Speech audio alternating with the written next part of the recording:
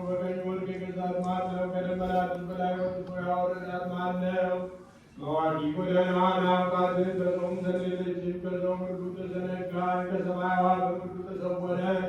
እርሷን የገዙ ከእግዚአብሔር ጋር ተወዳጁ፣ እርሷን የሚጠሯት ሞትን ይወዳሉ። ከፀሐይ ይልቅ ታምራለች፣ ከከዋክብትም አይልቁ። እርሷ አኗኗር እርሷ ዳግማዊት እንደመሆኗ ከብርሃን ጋር ስትነጻጸር ትገኛለች። በእርጅና ሳለች ሁሉ ታድሳለች፣ በየትውልዱም በጻድቃን ሰውነት ትፋለሳለች።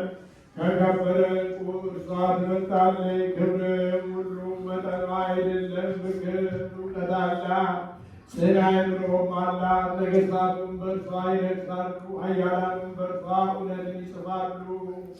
ደጋጎቹ በእርሷ ይከብራሉ፣ መኳንንቱም በእርሷ ምድርን ይይዛሉ። የሚወዷትን ትወዳለች፣ ሕጓን የሚጠብቁትንም ትጠብቃለች። እርሷንም የሚሹ ባለሟልነትን ያገኛሉ።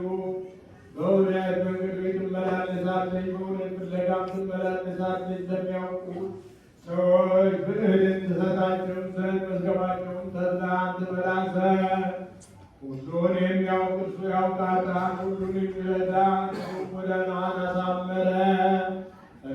እርሱ ለባለሟሉ ለያዕቆብ ለቅዱሱም ለእስራኤል ሰጠው። ከዚህ በኋላ በምድር ላይ ታየች፣ እንደ ሰውም ተመላለሰ። እነሆ ቤትን ሠራች፣ ሰባት አዕማድንም አቆመች። የእርሷን እርድ አረደ፣ ማድጋዋ የእርሷን ወይን ጨመረች፣ የእርሷንም ማዕድ አዘጋጀች። አቦቿን ላከች፣ በረጅም ስብከት ሰለም የሆነ ሰው ወደ እኔ ይምጣ እያለች እውቀት ያነሳቸውን ትጠራለች። ኑ የኔን ልብስ ብሉ፣ የኔንም ወይን ጠጡ፣ ስንፍናንም ትታችሁ ኑሩ እያለች። ጥበብ ግን መድኃኒታችን ነው፣ በሥጋው መስዋዕትነት ያዳነን፣ በደሙ ፈሳሽነት የተወዳጀ፣ ለመንግሥቱም የመረጠን ለዘላለሙ።